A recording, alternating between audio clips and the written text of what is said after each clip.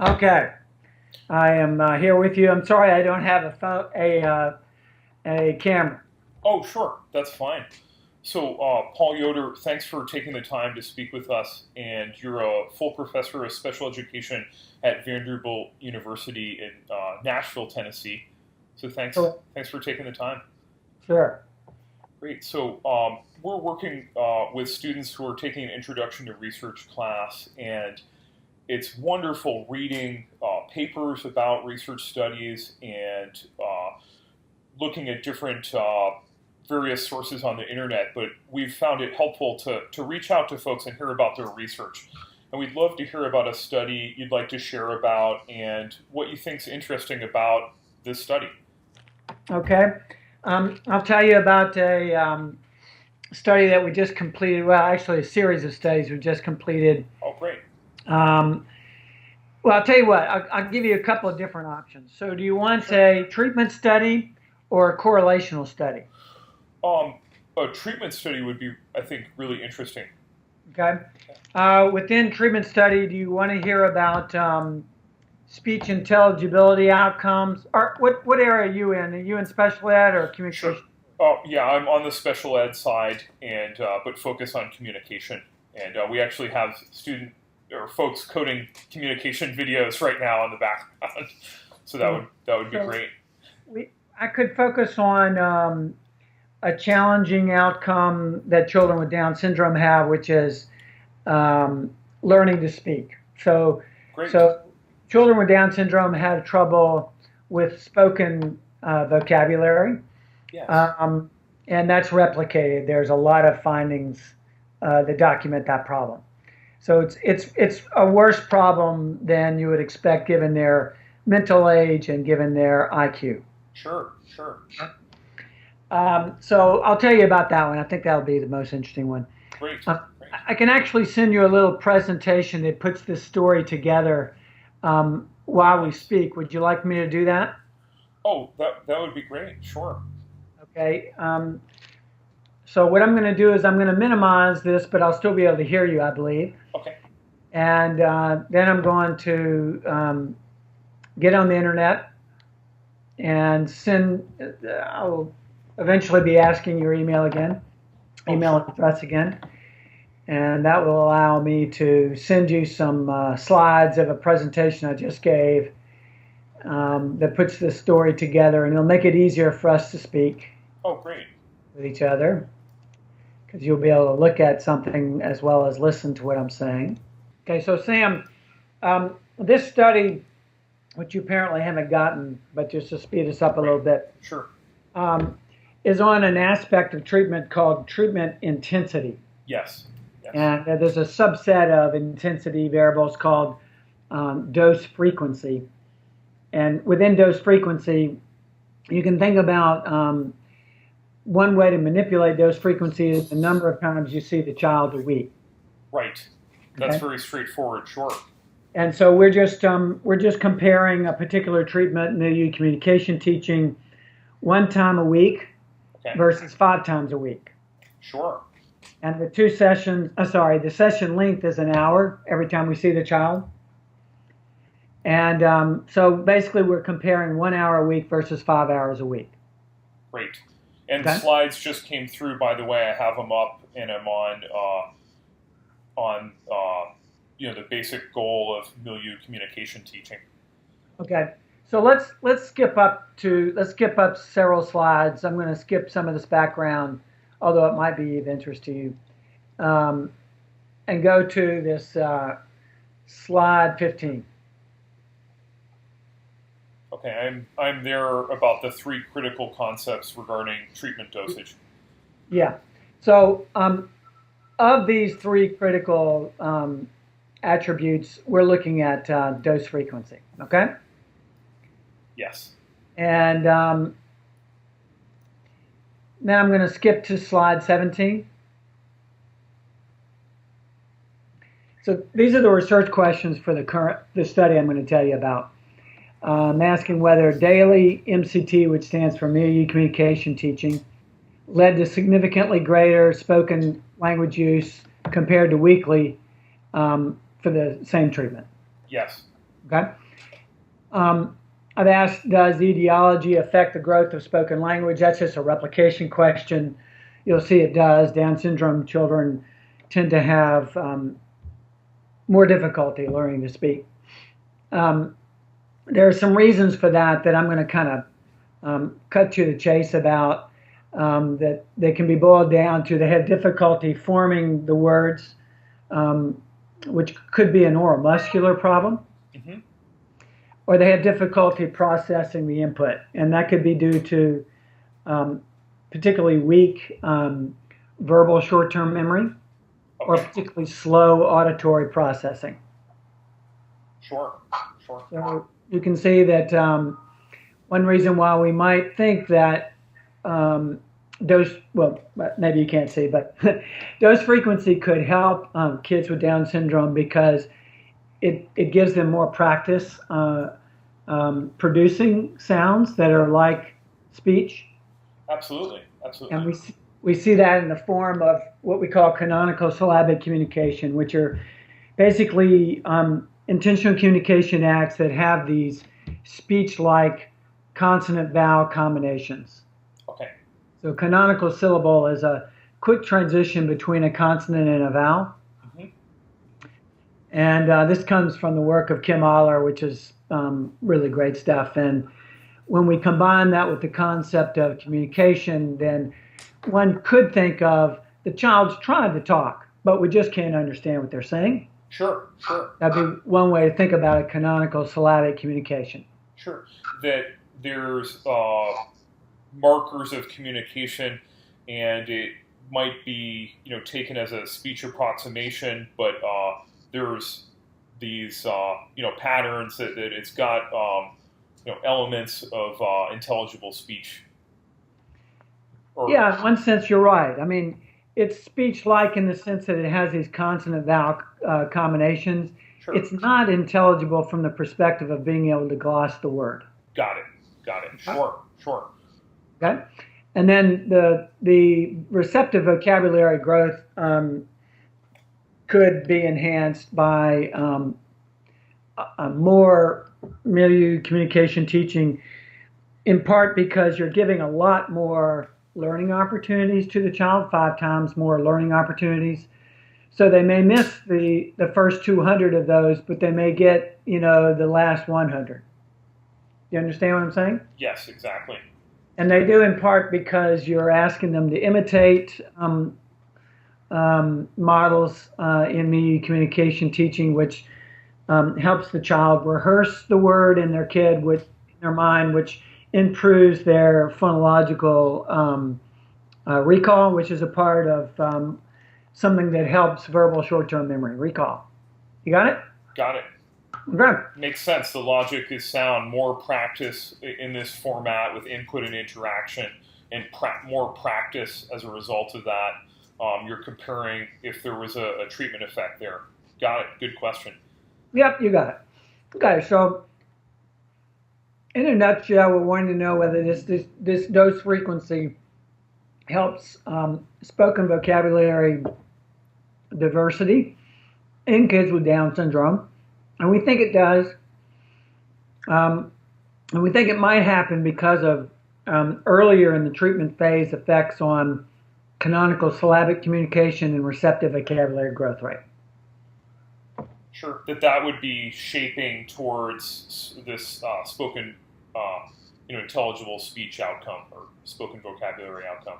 There you go. So those are the short-term effects. And if you want to hear more about what I mean by vocal canonical syllabic communication, at another time you can do a link to this www.vocaldevelopment.com, which is on slide 18. Great. See that link right there. Yeah. Thank you. Get to that later. Now go to slide 19, please. Yes, there. Yeah. So HDF stands for high dose frequency. Yes. And LDF stands for low dose frequency. Okay? Right. So the mediation model, which is a way of saying why we have an effect of dose frequency on spoken vocabulary, is twofold. One is through this canonical syllabic communication, And then if you go to slide 20, then you can see the second one is through receptive vocabulary rate. Great. So that's just a pictorial representation of the words that I've said before. Mm-hmm. If you now go to slide 21, you can see that this is a randomized control trial where we're comparing these two dose frequencies. We do, if you look at slide 22, have a sample size of 64 with really good comparability before the treatment begins for both the etiology and for the randomized treatment groups. Terrific. So the students are learning how important that is for the group designs, experimental designs, and quasi-experimental designs. So that's good for them to see that. Great. Yeah. Thank you. Yep. And then slide 23 represents the periods of measurement for the study. You can see that the treatment phase lasted 9 months. You can see that one of the components of MCT, called parent education, which is talked about earlier in this slideshow, ends at the 3-month period. And that randomization, of course, to the dose frequency occurs at time 1. Okay. Now go to slide 23. No, sorry, slide 24. Okay. And then go to the slideshow. Play from the current slide. And then use the arrow button down arrow button to show the animation of when these variables that are involved in these mediational models are measured.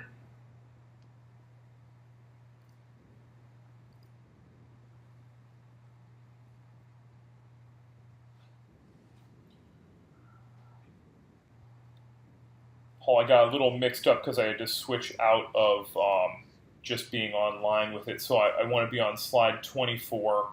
Yep. Yep. Play from current slide. Got it. There Yep. it is.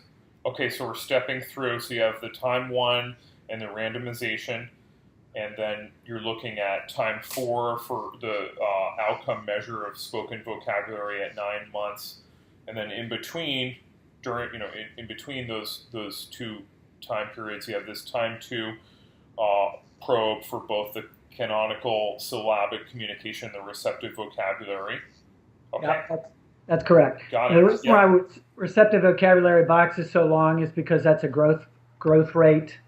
Joe, I don't know, you're probably not getting in growth curves right now, but you could tell your students that there's a fancy way to measure growth, and you might know about mixed level modeling. Do you, Sam? Just a little bit, in that we're looking at some issues of rate as well. But yes, okay. So think about this as being the slope of a line where you have the number of words understood growing per month. Yes. Okay? And you can quantify this in a kind of fancy way using these mixed level models. Mm-hmm. So you can just tell them that we've measured growth rate per month, words per month, from time 1 to time 3. Great. Okay? And then at time 2, we have the number of canonical syllabic communication acts.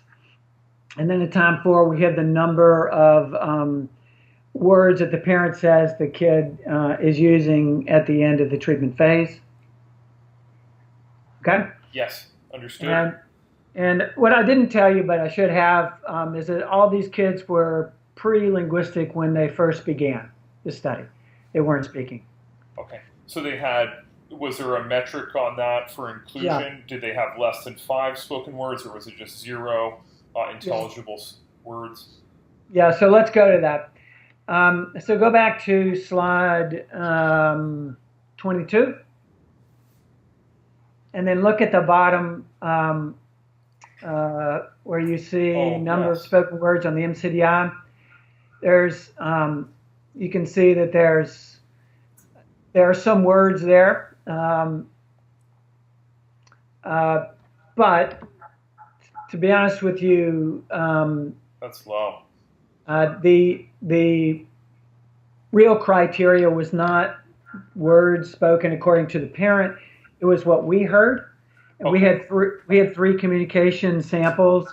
Sure. One that was structured with an examiner, one that was unstructured with an examiner, and one with the parent child. And in those sessions, they needed to have fewer than 5 words spoken. Okay. So there's some redundancy there, and you're really trying to clarify the sample and define the sample for the inclusion.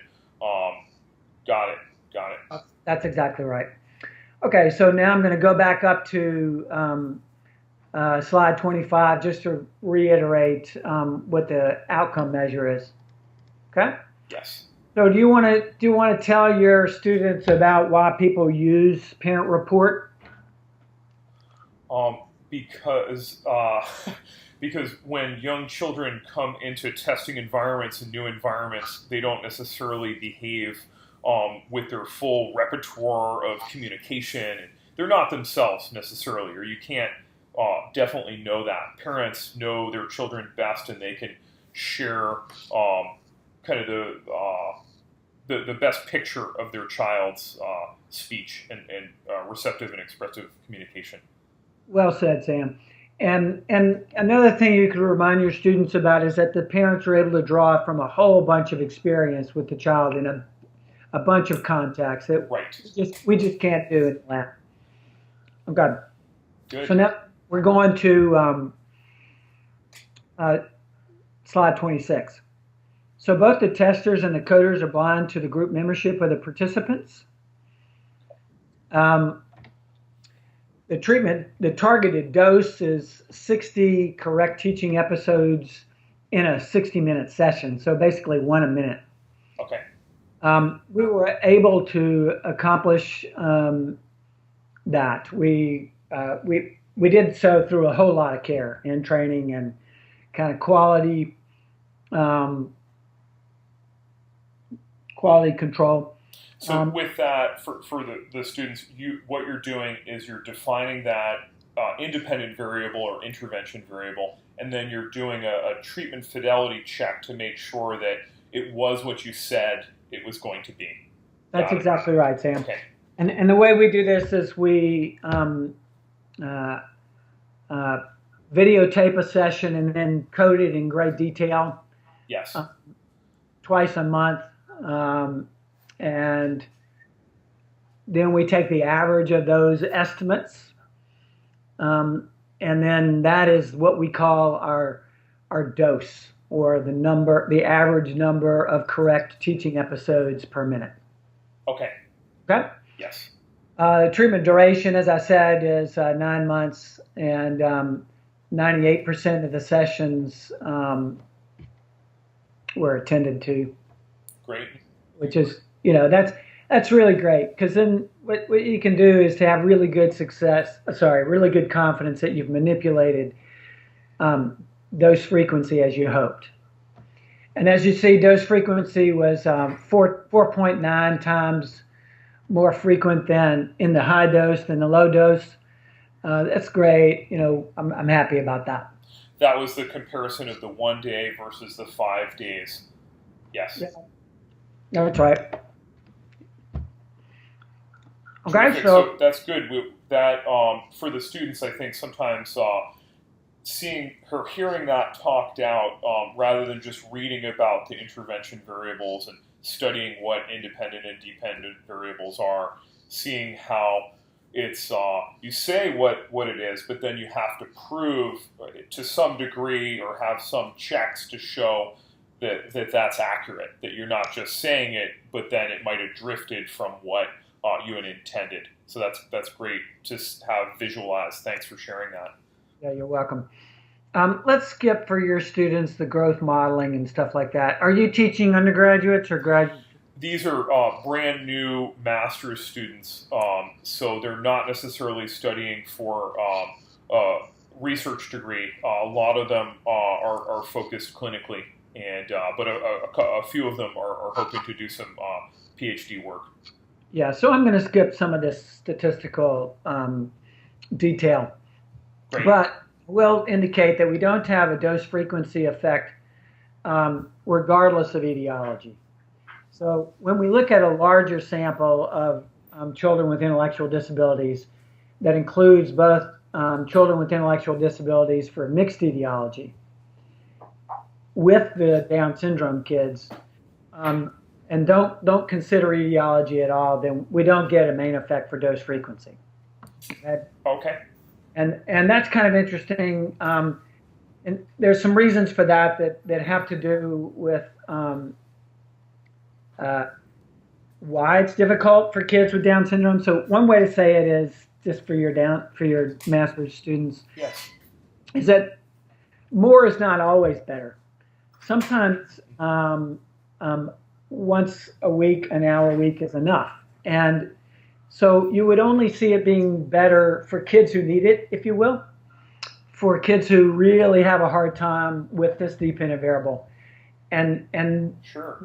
When we drill down to the Downs kids, if you look at slide 33,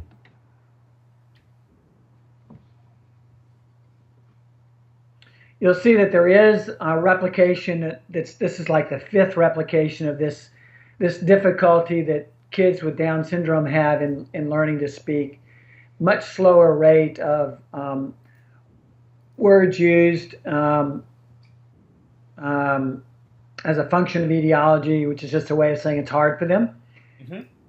When we, if you look at slide 34 now, when we control for IQ within the Downs group, yes. We get a moderate size effect size. G is like Cohen's D for small samples, 0.55. Some people would call that a moderate effect size, favoring the high dose frequency group. If you want to see a visual representation of that also shows IQ, that's on slide 35. You can either show it like it is now, or we can put it on slideshow and step through the animation. Which do you want to do? I'm on slideshow right now, so I have it. Let's go to current slide then for that, and then sure. Just step through the animation, if you will. Got it. So I'm seeing the star. Okay. Yeah. So those stars are for the 50th percentile for IQ. Yes. Okay. I see that midline 50th percentile. Yep. And that's just an easy way to talk about what a main effect for dose frequency looks like when you control for IQ. So it's basically saying when you set IQ for the 50, for the mean, that's how you would represent it in a graph form. Okay. And this time and study is kind of fancily done. You center at the end point so that you can interpret the intercept of the growth curve by the end of the study. This is all fancy stuff you don't probably want to talk about with them, but no, it's fancy, but the graphic simplifies it so that it's interpretable. That's good. Yeah. That's good. Okay, so the number of words said looks strange. The metric looks strange because it's in log 10 metric. Sure. Sorry about that, but I'm about to interpret it. No. I mean, I understand that from some of our special ed graphs with precision teaching and using logarithmic charts. It's really a good way to show growth and trajectory, and that's why you're using it. Got it. Indeed it is. And instead of using the natural log like you would in logarithmic graphing, it's log 10. Okay? Okay. Yeah. So the next slide gives you an easier to understand representation. So this is the dose frequency effect on spoken vocabulary in the Down syndrome group. And it shows kind of a pre-post gain in the number of words said. So there are 70 words gained for the high dose frequency and 54 for the low dose frequency. You see what I'm saying? Yes. And I see that effect size posted there. Yeah, a little bit different, and it has to do with the way I've represented the outcome. Okay. So different people relate to different things, and that's why I put this slideshow together to relate to different audiences. Nice. So that's the effect. And now this is a group study, so these are aggregates of the participants. But when you look at that difference and look at the statistical effect size, that looks like a difference, that children made more gains with the high frequency treatment. Yeah, that's exactly right. So these are Okay. means being represented here. Sure, and you're saying that this was a moderate effect size, Yep. which would be differentiated from kind of a low effect size or something that you weren't very sure if there was an impact. This is showing, looks like a pretty clear impact. So I really agree with that. And I think that's an important point when you have small sample sizes. Okay. So it's not just statistically significant. I think it's clinically important. Okay. Okay. Yes. This next slide is just a representation of how we've measured canonical syllabic communication. I don't know if your people are going to be interested in this, but if you're interested in communication, I bet you, Sam, will be interested in it. And that's that, when you're looking at an emerging skill, Yes. kids who are initially nonverbal, who have intellectual disabilities, who are preschoolers, these are all, they're around 3 years old when we see them. These are emerging skills, and seeing one communication sample, it's just not a stable estimate of what they do, like you said earlier.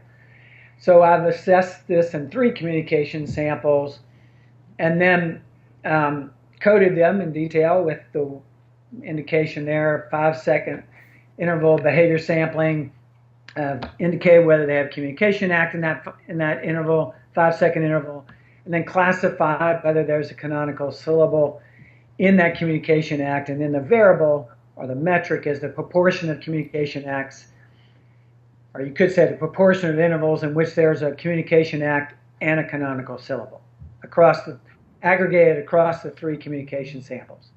Okay? Yes, and you just for again the teaching purposes, one of our modules that we're working on over the next week or so is this data coding and data analysis, and you use that interval to simplify the process rather than a real-time coding, and also it helps with kind of accurate measurement and for reliability. Is that right?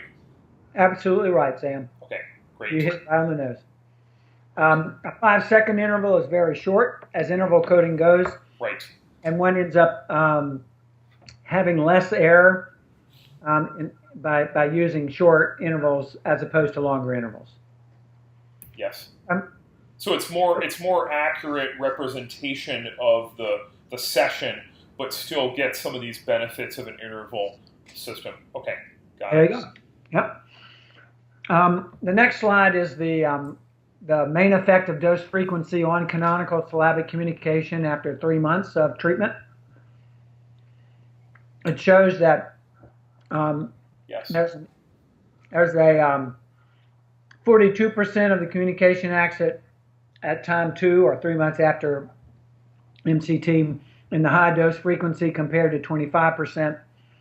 And again, this is controlling for IQ.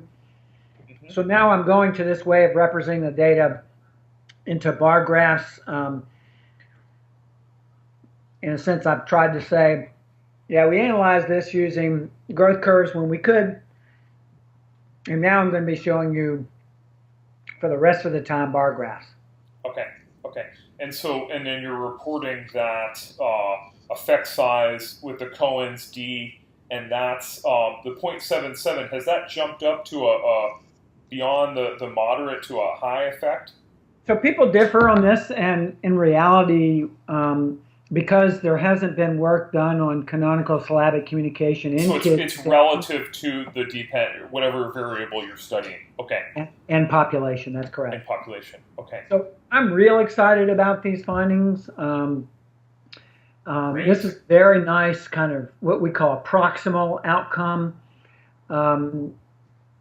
Yes. Early in the treatment phase, it's exactly in the direction we would expect, and in kids who have trouble using their mouths to form these speech-like consonants, to have this quick of an effect is great, in my opinion. And I think a 0.77 is very healthy. Cohen called a D of 0.8 a large effect size. Yes.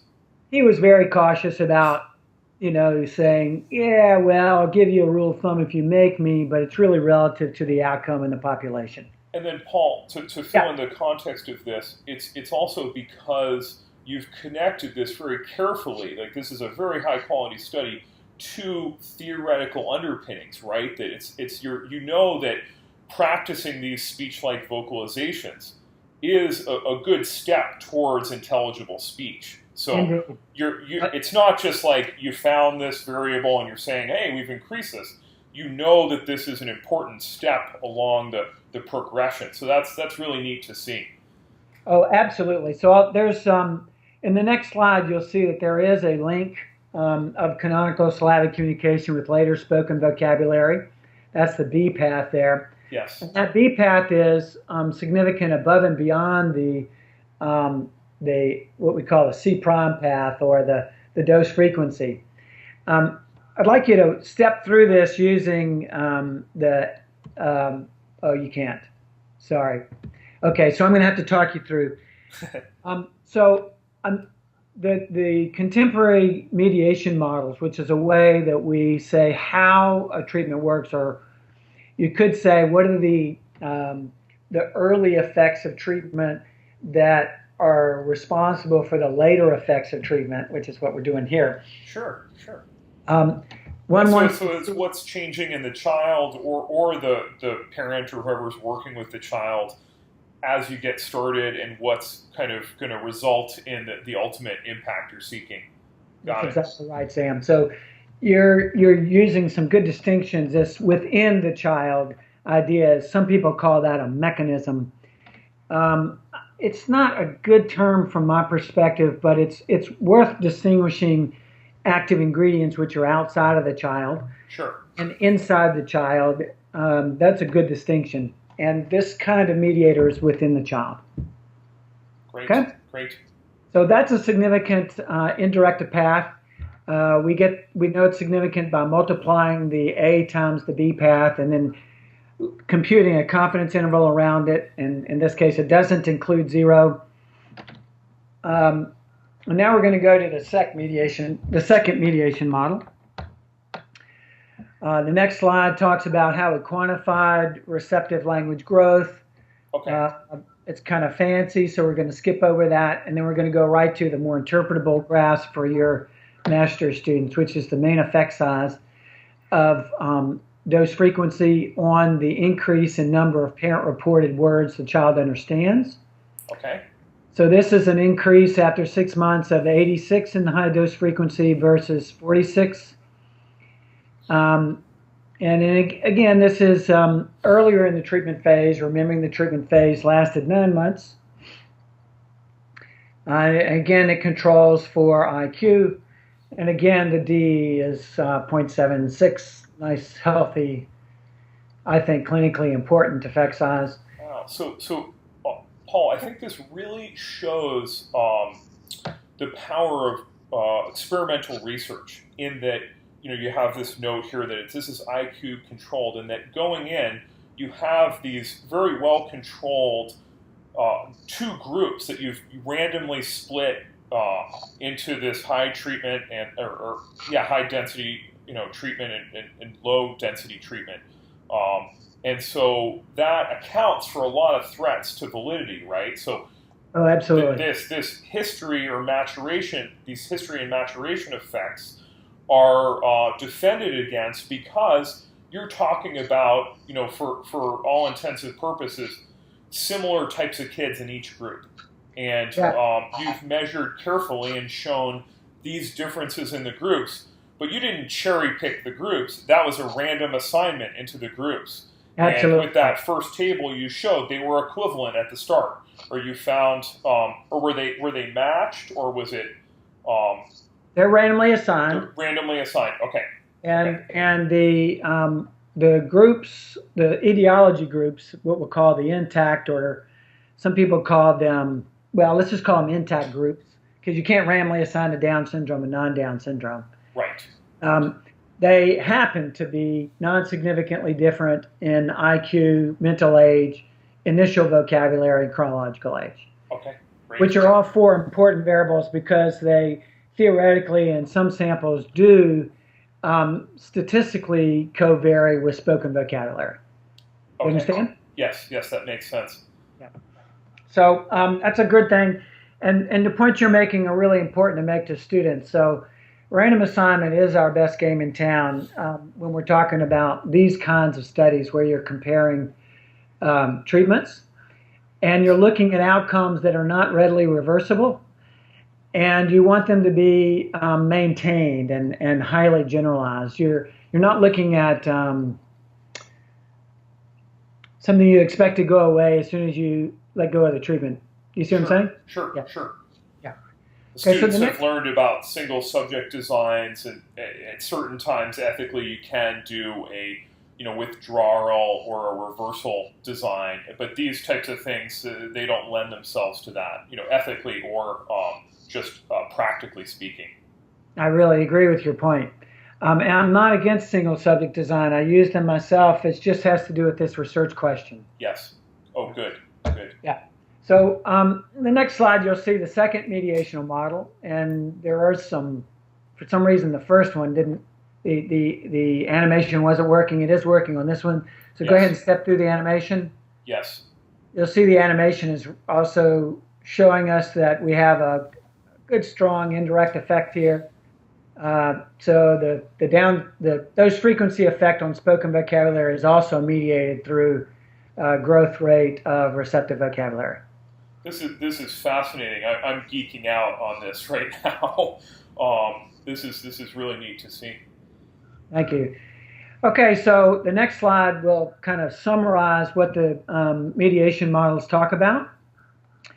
And that's to basically say that the effect of dose frequency on spoken vocabulary before the mediators are controlled is very high. It's 0.68. And then after controlling for the mediators, it goes down, and it should, to 0.35. Okay. That happened to be true for both of the mediational models, that we reduced the effect of dose frequency on spoken vocabulary down to 0.35. And that is what should happen when you identify a mediator. Okay. That's not a bad thing. That's a good thing. Right, because it's showing that mediator is having an effect. It's accounting for the impact. You got it. Okay. Yeah, a couple of the students in their proposals that they're preparing, that's going to be helpful for them. That's good. Yeah. Okay, well, if they're using mediators in some of their work, you want to help them not use Barron and Cooney. That's an old conception of mediation. Okay. And get them to read something by Hayes. Okay. He's written very understandable papers on contemporary ways to think about simple mediation models. Thank you. Yep. This next slide shows the relationship of the two mediators. Okay. Yes, I see the graphic, and yep. It looks like you can see the correlation. Yep. There's a R square of 0.16. So if you want to find out what that R is, you just take the square of that. So we see that there's a pretty strong relationship here. We're not able, with the sample size we have, to know which of these mediators is more important. I don't have the statistical power to test that. Okay. At this point, I'm simply saying either or both is important. We can't tell which, in helping us understand why dose frequency affects spoken vocabulary in children with Down syndrome. Okay. You go to the last slide, the summary and conclusions.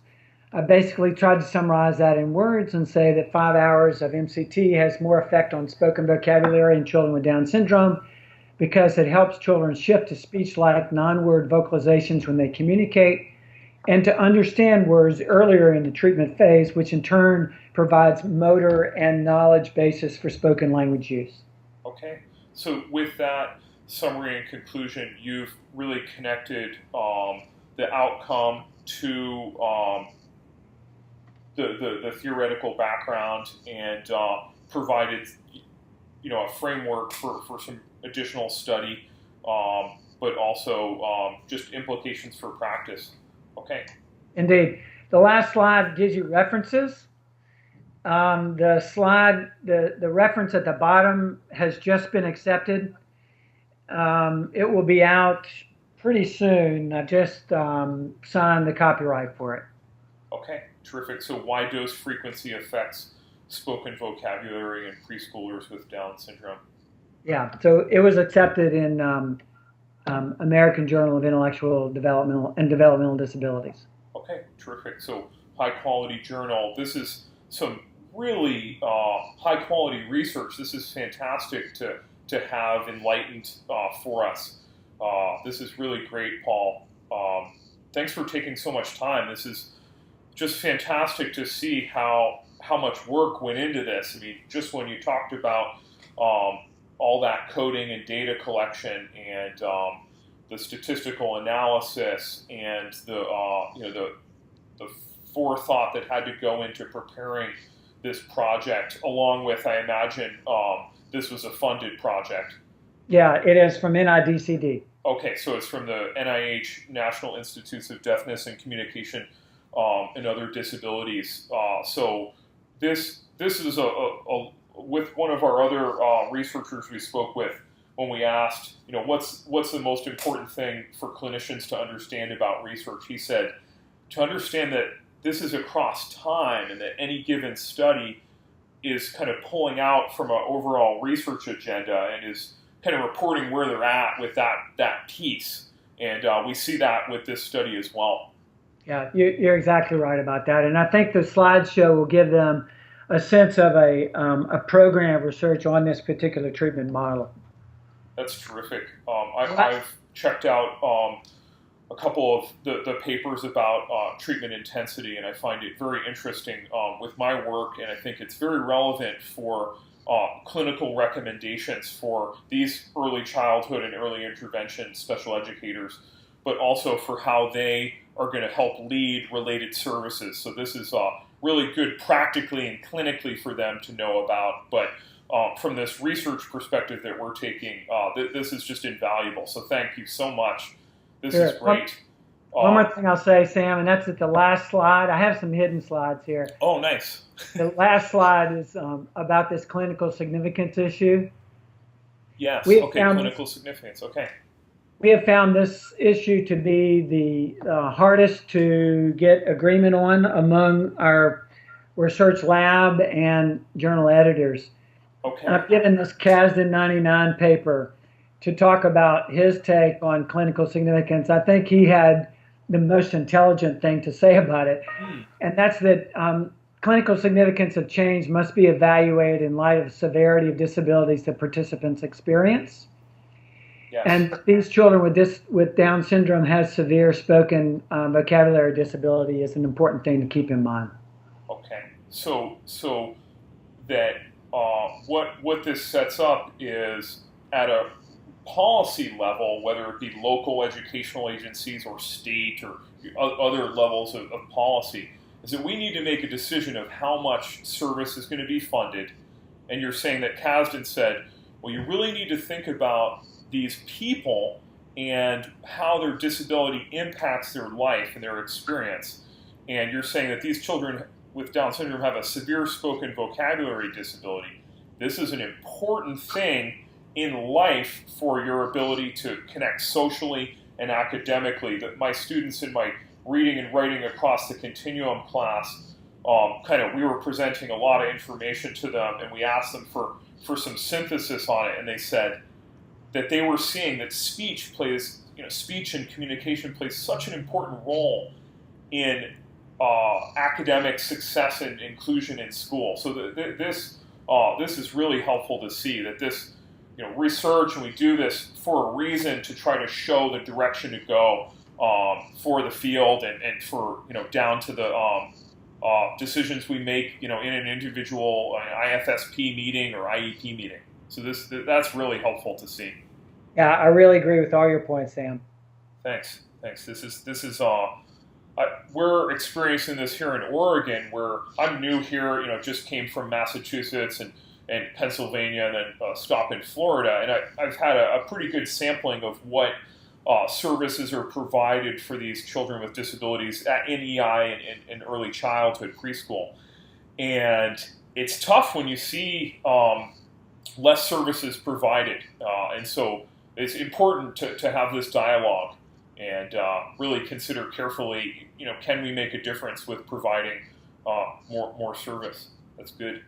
Yeah, I really agree. I mean, if you look at the autism community and you see this Sure. 25 hours a week recommendation that they've now gotten accepted in so many areas, including some insurance companies will pay for it in states. Yes. It's just an amazing disconnect, and I think part of it has to do with the lack of data that shows that more is better. Well, thanks for doing this hard work. As a researcher who's ramping up my program of research kind of in a related area with children who have difficulty speaking, I see how much hard work has gone into this. But so thanks for doing this. I think it really helps the field. And just knowing a little bit about NIH, this is really meets the goal of what NIH is all about. That you're talking about changing people's lives through that impact their health and well-being. And I just happened to walk by a young woman with Down syndrome before having this conversation who works in our school of education. And so it's just kind of resonates even more hearing what you're saying. Yep, I hear you, and thank you for that compliment. Thank you. Thanks for sharing so much, Paul. This has been fantastic, and I know I had kind of said it would just be a short time, so thanks for taking, being so generous with your time. This is going to be a great resource, and I'll share this recording back with you. Okay, thank you, Sam. Take care. You too. Thank Bye-bye. you. Bye.